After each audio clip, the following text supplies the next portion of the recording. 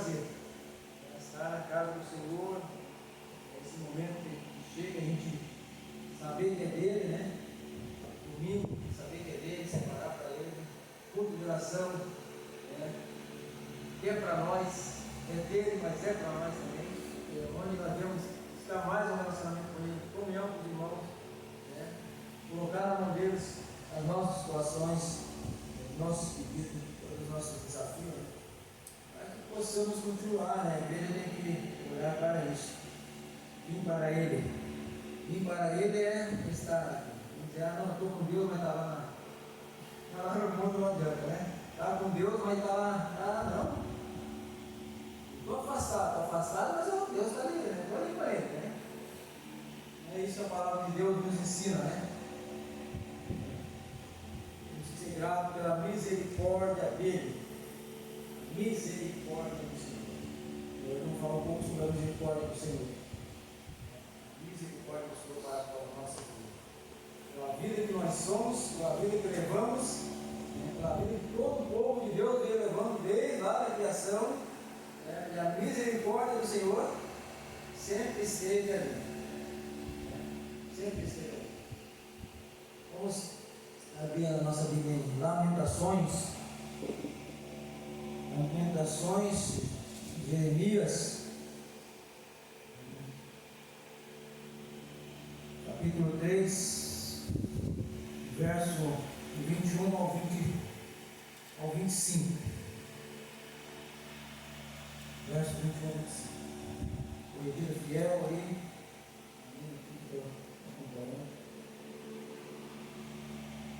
Diz assim, 21 ao 25. Disto me recordarei na minha mente, por isso esperarei. As misericórdias do Senhor são a causa de não sermos consumidos, porque as suas misericórdias não têm fim. Novas são cada manhã, grande é a tua fidelidade. A minha porção é o Senhor, diz a minha alma, portanto esperarei nele. Bom é o Senhor para os que esperam por ele, para a alma que o busca. Bom é ter esperança e aguardar em silêncio a salvação do Senhor.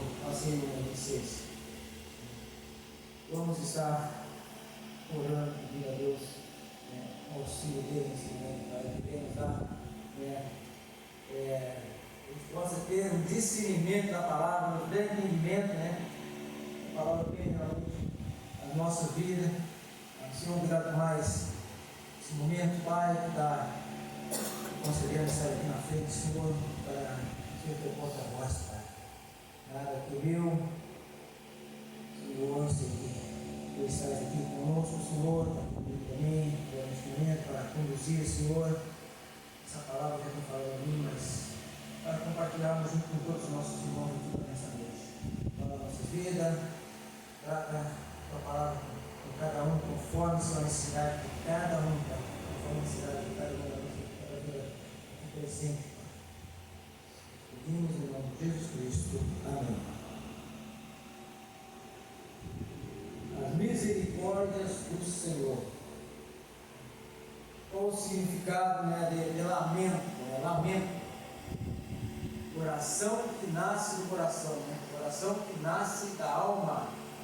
Um choro da alma, né? Podia pensar o choro de Jeremias, né? Lamentações de Jeremias. Aqui o profeta Jeremias, ele está representando aqui o povo exilado, que estavam num triste estado de miséria e devastação, estavam assolados. Mas quem era esse povo? Quem é esse povo que Jeremias estava aqui se lamentando com esse povo? Quem é esse povo que ele representava aqui? Esse povo era a nação de Judá. Nação de Judá. Nós estudamos aqui a escola dominical, na época aqui, os reis, juízes, reis, né? Vinham pegando ali todos os reis, né? Todas as tribos, né? Judá. Então, ele lá, se pegar reis, não vai dar lá Jeremias, escrito lá Jeremias, né? Mas aqui a gente sabe que ele era o profeta naquela época lá, a época ali de alguns reis. Vamos lembrar um pouco a história aqui, né? Sabemos que o povo era de uma dura serviço, desobediente, o povo, não só naquela era, né? Na época de Jeremias, desde a criação do mundo, né? O povo veio desobedecendo, tempo de Moisés ali, né? Também isso aumentou, veio aumentando no coração dos homens, e chegando ali também no tempo dos reis, no tempo dos reis, no qual ali alguns reis fizeram o que era reto aos olhos do Senhor. A gente sabe os reis que fizeram o que era, a Bíblia, né, relata, né, e alguns que não fizeram o que era reto aos olhos do Senhor, como a nossa vida hoje também, né? Somos povo deles, alguns fazem o que é reto, né, perante os olhos do Senhor, e os outros também, né? Os outros também não fazem, né? Então a nossa vida também é assim. E nós temos essa decadência, o pecado ainda na nossa vida. Sendo assim, o rei Manassés, né, como todos sabem, o rei Manassés, que reinou antes ali do ministério de Jeremias, né, do profeta Jeremias, esse rei ele levantou mais ainda a ira de Deus. A ira de Deus já vem lá, desde lá do início. E esse rei, ele levantou mais ainda a ira de Deus, pois as suas abominações, ou melhor dizendo, depravação, o seu pecado, a sua impiedade, foram conforme as abominações, a Bíblia fala, foram conforme as abominações dos gentios, daqueles que Deus, né, tinha despojado, destruído, eliminado diante dos israelitas na época ali, né? Está lá em 1 Reis 21:2, 2 Reis 21:2. Em 2 Reis também, 21:16, também diz que Manassés derramou, vamos lá, 2 Reis, 1 Reis 21:2, para a gente entender um pouco melhor. 2 Reis 21, verso 2.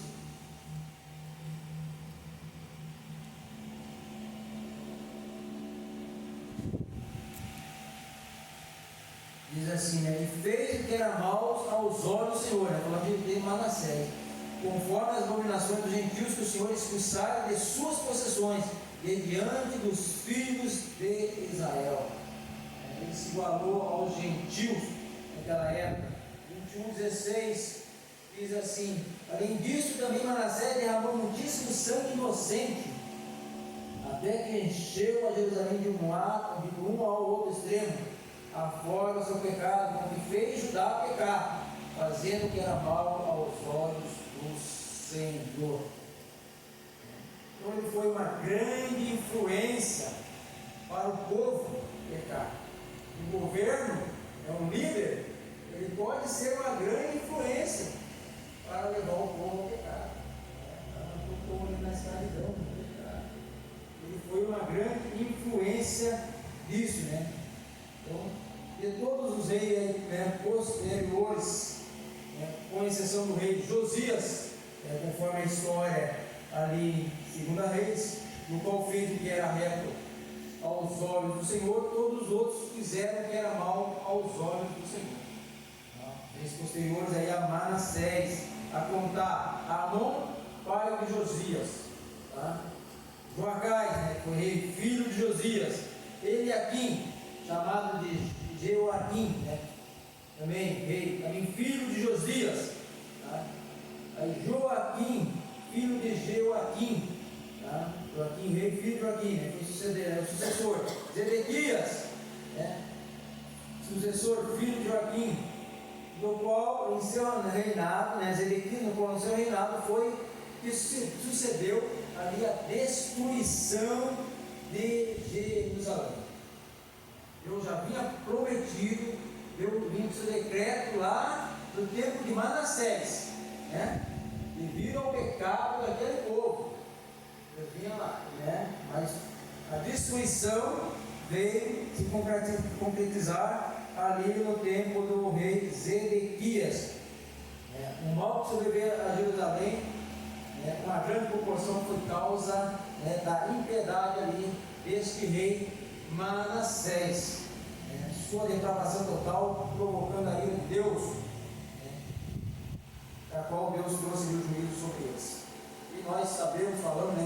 uma coisa bem confirmada ainda, o profeta Isaías foi profeta naquele tempo, esse ministério foi dado naquele tempo ali. O rei Manassés, acreditam-se que ele encerrou o seu ministério ali no reinado de Manassés. Temos alguns relatos que ele foi cortado ao meio. Ele foi colocado dentro de um tronco, uma árvore, e foi cerrado ao meio. Porque esse rei, a impiedade dele era muito grande. Ele fazia mesmo coisas para deixar, para irar, para mexer com a ira de Deus, para aumentar a ira de Deus. Então é bem provável que ele tenha feito isso, não só com o profeta ali o Isaías, mas como outros também que serviam a Deus verdadeiramente, porque ele estava fazendo o povo ir para o lado mau. Então, e assim chegamos o quê? Às lamentações de Jeremias. O profeta sobe de um mar de sofrimentos, como se estivesse num deserto de aflições. Às vezes ele é abatido, triste. Ele busca, em seu coração manter acesa a chama da vida. Já estava enfraquecido pela situação, ele vê toda aquela situação.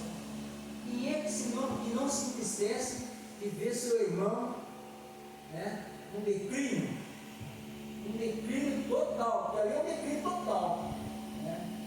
Você perde tudo, você está em pecado, Deus traz ali o juízo sobre aquele povo, e eles vivem na miséria, Deus faz que eles vivam na miséria, e vem um homem piedoso, coração piedoso,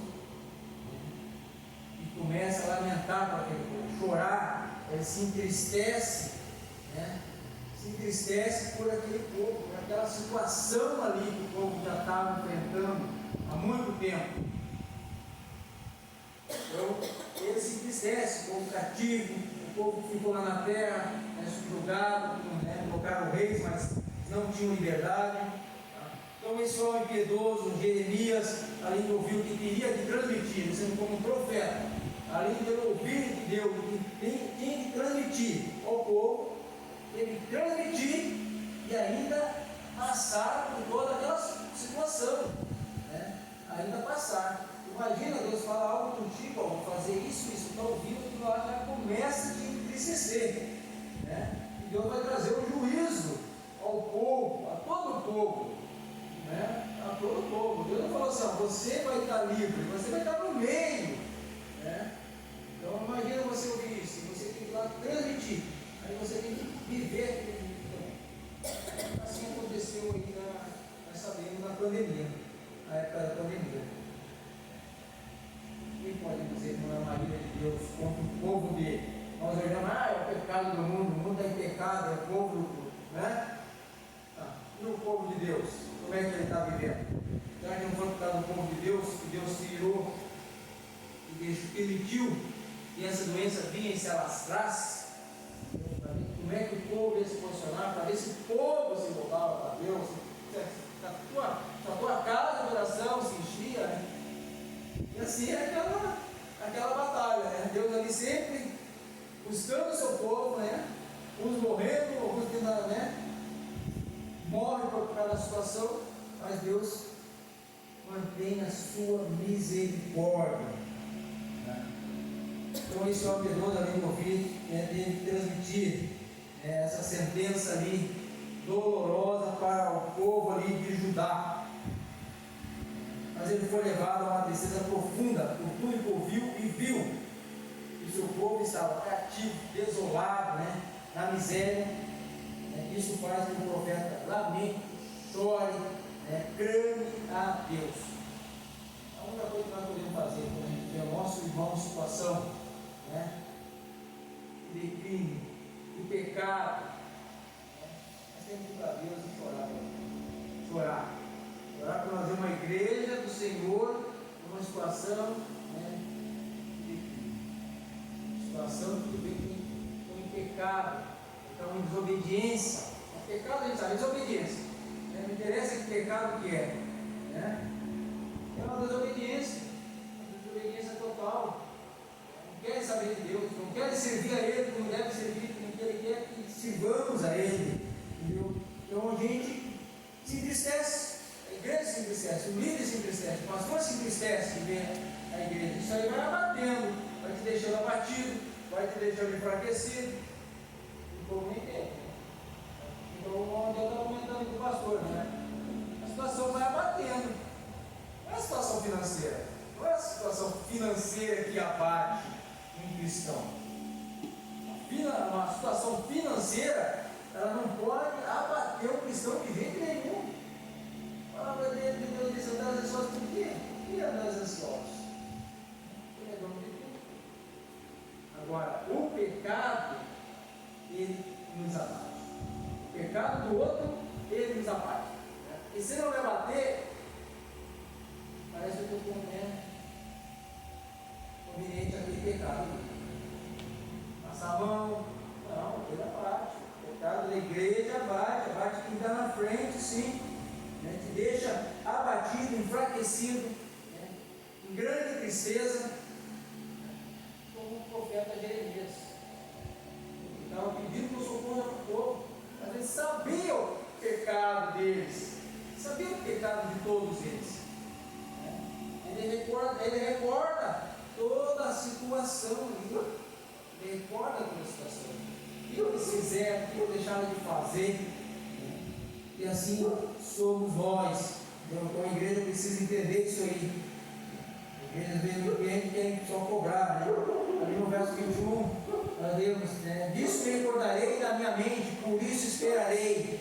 Né? A situação que é tão extrema, a situação era tão extrema, tão desafiadora, que o profeta é levado a recordar em sua memória. Não sei se nós vamos passar uma situação assim que eles passaram. Não sei se nós vamos passar. Vai ter de novo. Vai ter de novo essa situação. Vamos levar antes.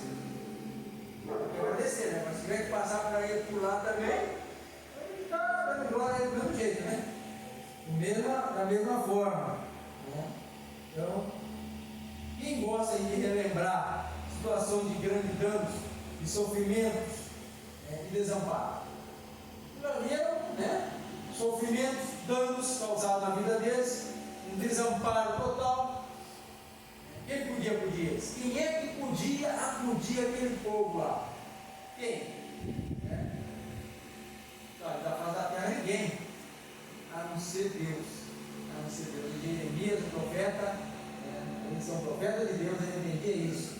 Era Deus, era a salvação. Deus é a salvação. Então, ninguém gosta de relembrar. Mas o profeta Jeremias relembra mesmo em certo momento achar tudo perdido. E até quase perdendo a esperança. Ali no verso 18 lá em cima, né? No mesmo capítulo aí diz: então disse eu, já pereceu a minha força, como também a minha esperança no Senhor. Já pereceu a minha força, como também a minha esperança no Senhor. Até aquele que serve o Senhor está ali, firme, e sabe que Deus é Deus de todas as coisas. Até aquele ali bate um desânimo de existir tudo. Aí vai falar assim: não está com Deus, não acredita em Deus, está desviado. Esse está desviado, porque se ele está fazendo isso aí, está até, tá enfraquecido, perdendo as forças, sem esperança. E esse aí se desviou mesmo. Não. Quando a tristeza bate profundamente, toda a tua situação, vem o desamparo, sente desamparado, isso vem, abate a nossa alma mesmo. Mas olha o que ele diz ali no verso 21, né? Disso me recordarei na minha mente, por isso esperarei.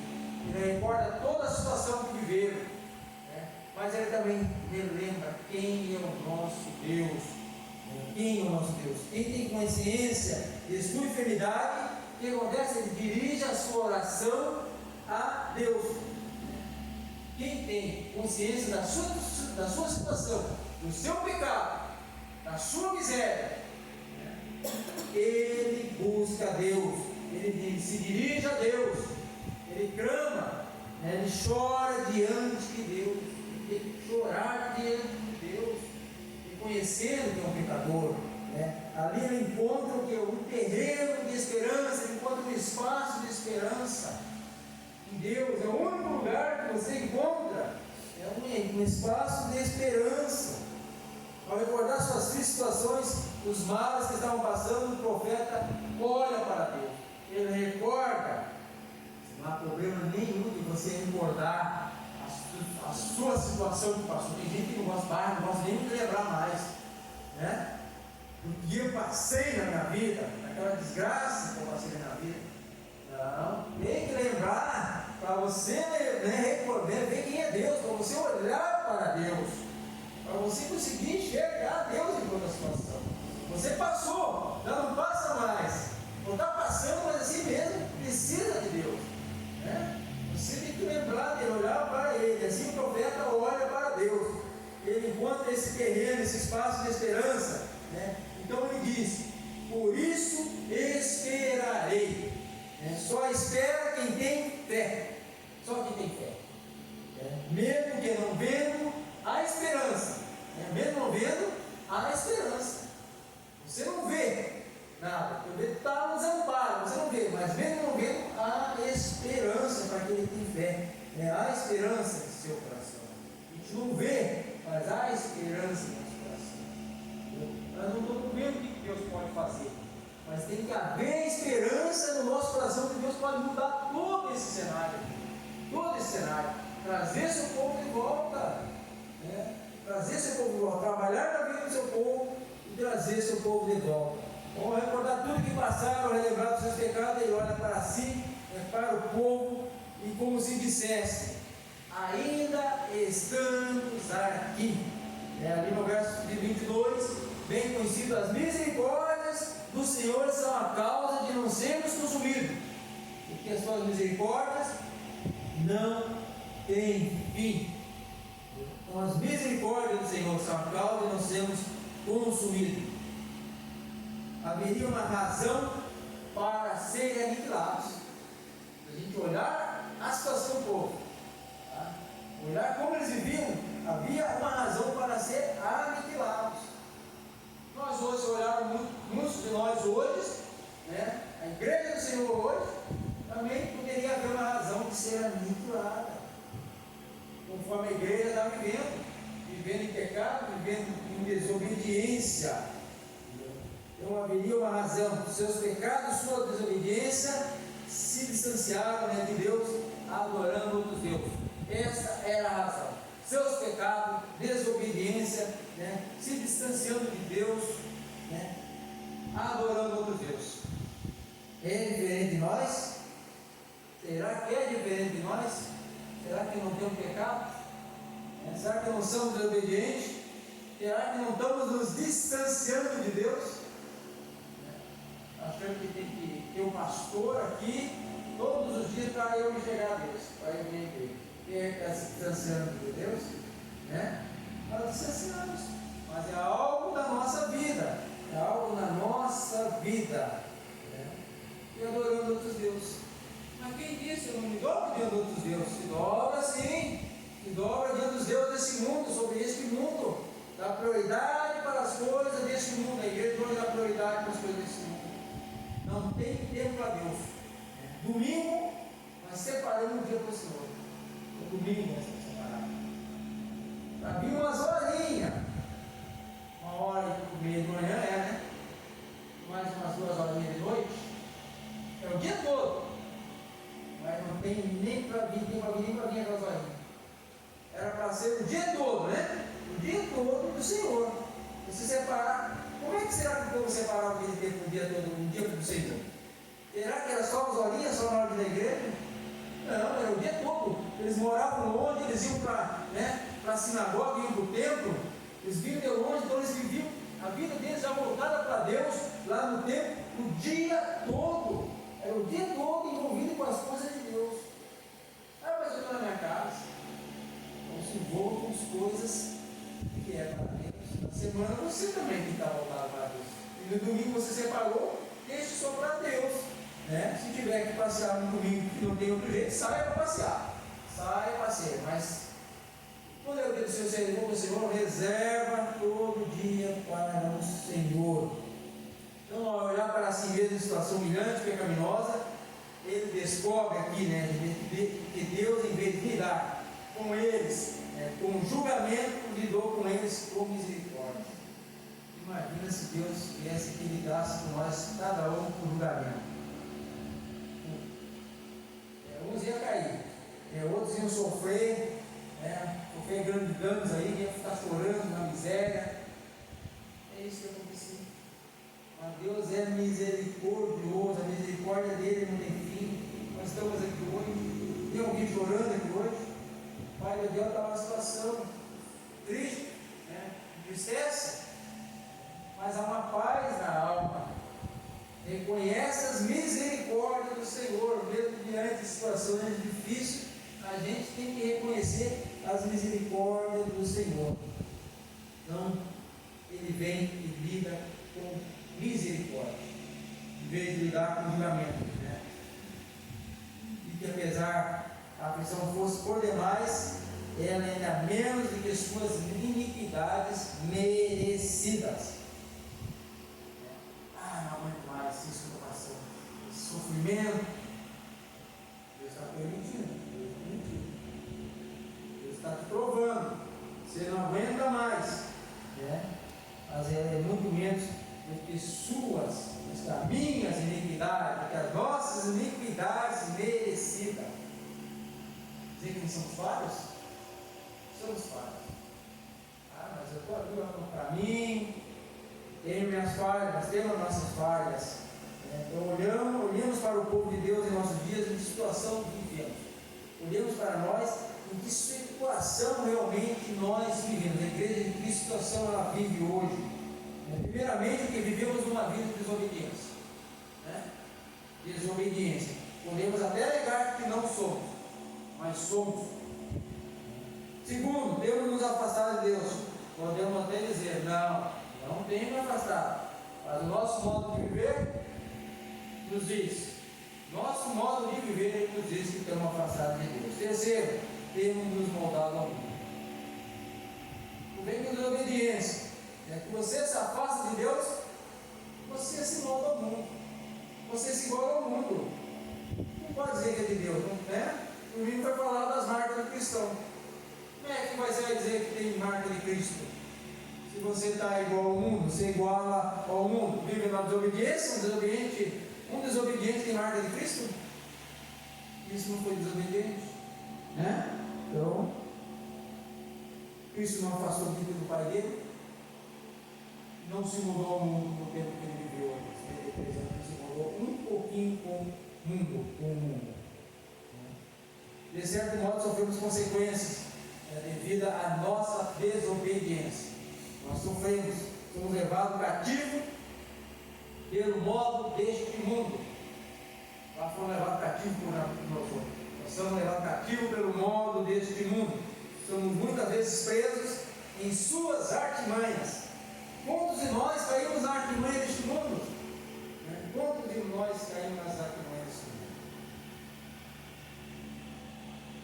Somos levados ao que é uma desolação, sofrimento, tristeza, dor, tudo devido à nossa desobediência. Tudo devido à nossa desobediência. E isso é o povo dele, falando do povo dele. O lado de fora começar a chorar, daí é chorar pitanga, O lado de fora, não tem nada com Deus, está chorando pitanga. Agora o povo dele, quando chora, tem que olhar, não. Perante Deus eu estou sendo desobediente. Mas eles não têm Deus lá de fora, mas como se dizemos servir a Deus, estamos sendo desobedientes. Se depararmos com uma miséria na vida espiritual, não tem nada de bom a oferecer ao Senhor. Nós deparamos com uma miséria na vida espiritual. O povo estava numa miséria, estavam passando fome, não tinham o que comer, a situação estava difícil. Diferente de nós temos uma miséria. A miséria da vida espiritual nossa. Uma miséria. Alimento tem, mas a desobediência não deixa você comer. Né? A desobediência não deixa você se alimentar. Deixa você fraco, você não quer se alimentar, não tem prazer nesse alimento do Senhor. Está se moldando as coisas do mundo, quer comer lá fora, passa fome, quem come lá fora passa fome. Sendo assim, olhamos para o nosso sofrimento, nosso mal, nossa miséria, há uma razão de não sermos consumidos. As misericórdias do Senhor são a causa de não sermos consumidos. Trazer isso à memória leva o povo de Deus a reconhecer os seus pecados, as suas falhas, né? Confessar-se diante de Deus e saber sim que Deus é um Deus de misericórdia, como diz no final ali no verso 22, né? Porque as suas misericórdias não têm fim. Passamos uma pandemia, nós passamos a pandemia, muitos não passaram. E a misericórdia do Senhor? Ela estava junto nessa tribulação, nessa aflição. Nós estamos aqui, nós podemos dizer, né? Nós estamos aqui, graças à misericórdia do Senhor.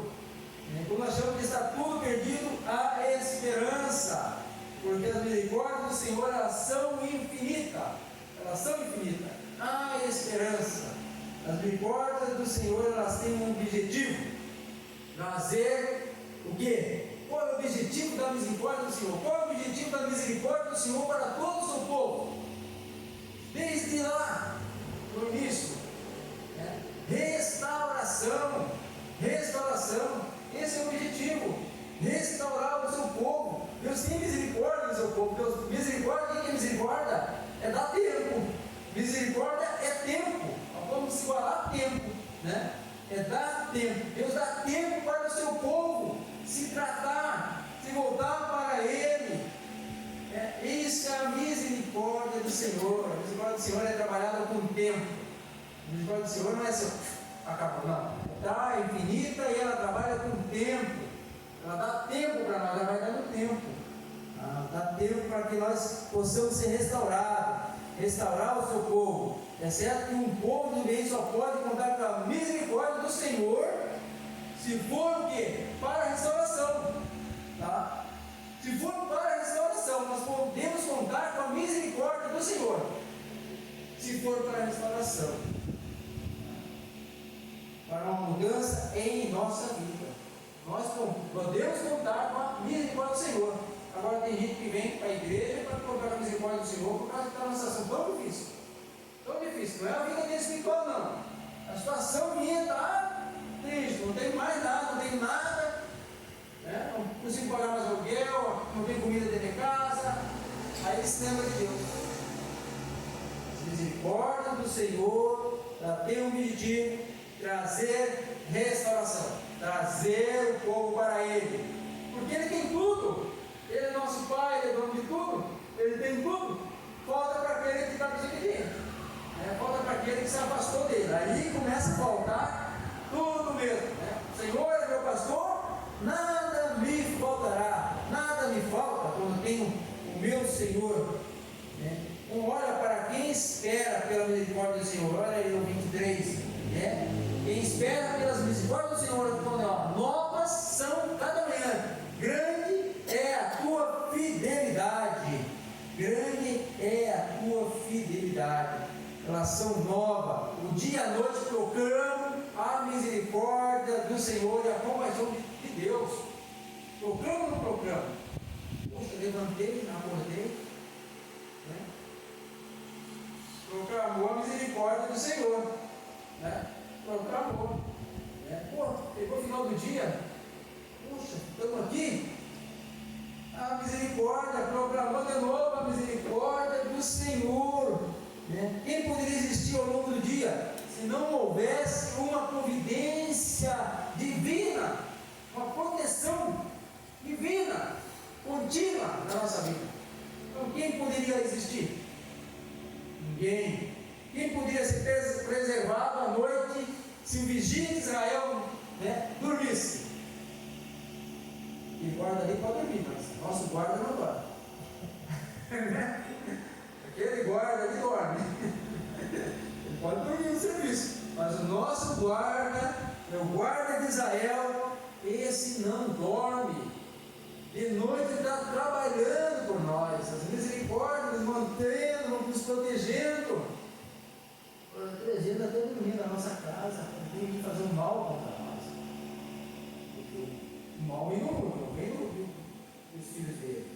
Nós estamos ali, somos filhos dele, mas o mundo é mal para o povo de Deus. E Deus, né, mantém sua misericórdia, né, à noite.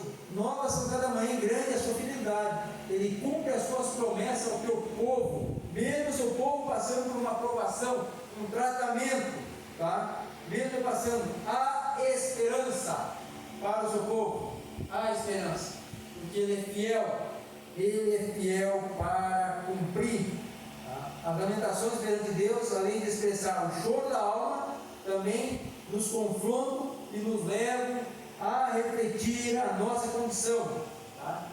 E a nossa razão de existência. Então nós vamos perante Deus chorar, lamentar, tá? Um choro lá no fundo do coração, da alma. Não aquele choro de sem vergonha, um choro de sinceridade, tá? Ele nos leva a refletir a nossa condição. Foi o que aconteceu com Jeremias. Ele refletiu todas as suas condições. Aquele choro levou ele a refletir, as suas lamentações levou ele a refletir, a ele a recordar, né? Então muitos estão com o coração tão endurecido que não conseguem chorar, tá? O povo de Deus hoje está com o coração igual de pedra. Ele não consegue chorar aqui perto um para o outro, mas diante de Deus ele não tem um choro verdadeiro, um choro que vem da alma, né? Diante de Deus ele não consegue chorar porque o coração dele está duro, está endurecido. Mas há esperança, tá? Há sempre esperança, sempre. Mas há sempre alguns piedosos que reconhecem as suas falhas e ao mesmo tempo representam o povo de Deus. O que aconteceu? Jeremias, um piedoso, reconhece suas falhas, reconhece a falha do povo, né? E ele ora pelo povo, não é só por ele representa ali o povo, ele representa o povo. Deus chamou ele por quê? Para profetizar, para falar o que Deus queria passar, de falar das obediências que eles estavam tendo. Eles tinham que voltar para ele. Mas ele foi levado o quê? A olhar para o povo com piedade e chorar pelo povo, clamar pelo povo. Tá? Aqueles que estão enxergando, né, o povo de Deus desolado, numa miséria, sendo preso pelas artimanhas deste mundo, devem chorar diante de Deus e clamar por eles. Temos que clamar um pelos outros. Temos que olhar para nós e clamar um pelos outros. No momento de quinta-feira de oração, em casa, lembrar dos nossos irmãos que talvez você sabe da situação difícil. Ele está afastado, temos que chorar diante de Deus, orar por ele. Tem que chorar. Será que você consegue chorar pelo seu irmão? Fazendo parte do mesmo corpo de Cristo, será que eu vou conseguir chorar pela deficiência, pela limitação do meu irmão? Temos que chorar, clamar diante de Deus. O profeta entende que as misericórdias do Senhor são novas a cada manhã, como não sendo consumido. Pois mesmo diante de todos os males, Deus tem preservado a sua vida. Tem preservado a sua vida. Então, nisso o profeta declara: a minha porção é o Senhor, diz a minha alma. A minha porção é o Senhor. Tá? Ali no 24, a minha porção é o Senhor. Não é só de boca essa declaração, tá? Mas da alma, pois houve um reconhecimento, houve arrependimento, confissão, tá? E o seu coração está cheio de confiança ao declarar: a minha porção é o Senhor. Nós temos que declarar: a minha porção é o Senhor, portanto esperarei nele. Portanto esperarei nele, como diz aí no verso 24. Portanto esperarei nele. Ah, se declarássemos assim no fundo da nossa alma. Ah, se nós declarássemos assim: a minha porção é o Senhor. saberíamos esperar nele todas as coisas. Nós saberíamos esperar nele todas as coisas. Muitos vivem porções dessa terra, tá? Que são coisas vazias e perecíveis. Deus, portanto, é uma porção totalmente suficiente e durável, tá? Uma porção para sempre. Mas só recebe essa porção quem tem interesse no favor e no amor de Deus e em sua presença. Aí recebe essa porção, tá? Então muitas vezes passamos por provações, meios dolorosos, no qual Deus usa para nos corrigir e restaurar a nossa vida. Mas Deus mostra a sua bondade ali no verso 25. Bom é o Senhor para os que esperam por Ele, para a alma que o busca. Bom é o Senhor para os que esperam por Ele, para a alma que o busca. O povo passou pela aflição, pela vara do furor de Deus, pela vara do furor, mas por não ser possuído, compreendendo as misericórdias do Senhor, espero mais ainda pela bondade do Senhor. Espero mais ainda pela bondade do Senhor. Compreendendo e espero mais ainda pela bondade do Senhor ali.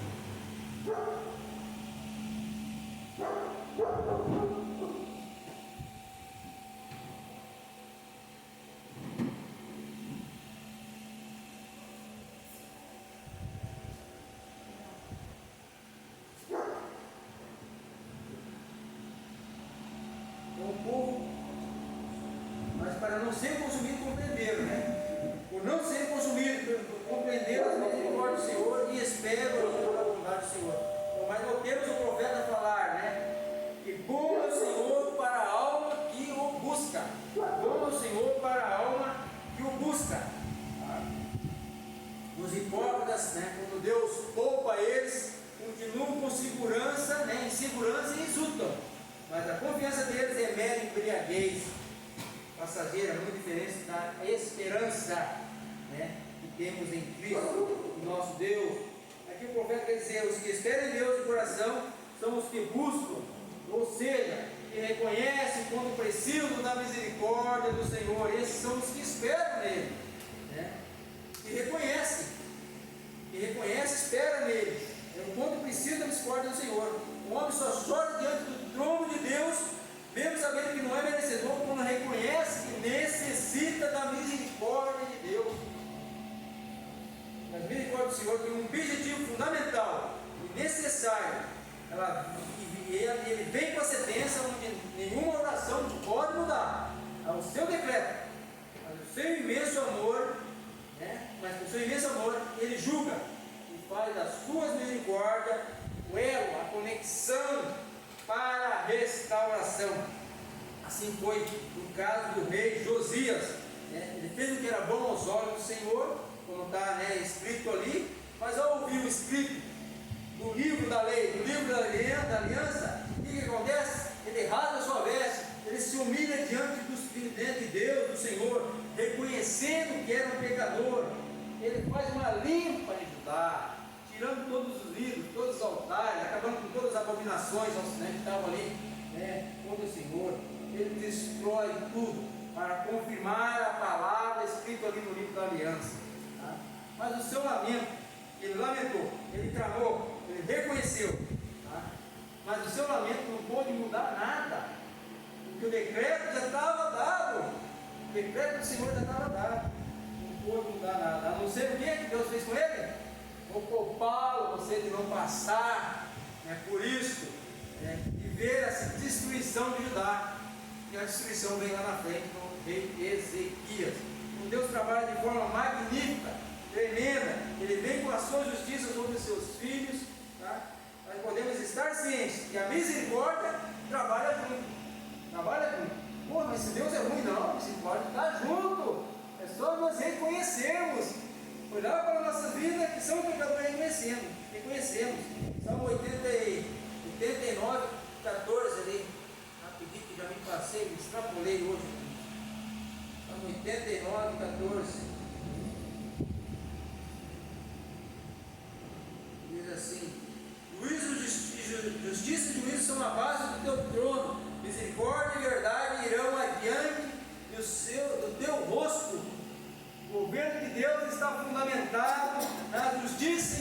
julgamento.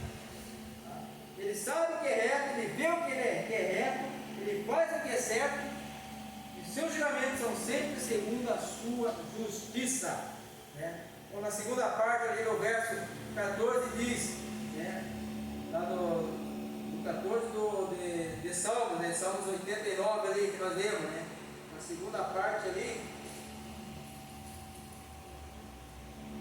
verso 14 diz, né? Misericórdia e verdade irão adiante do seu rosto.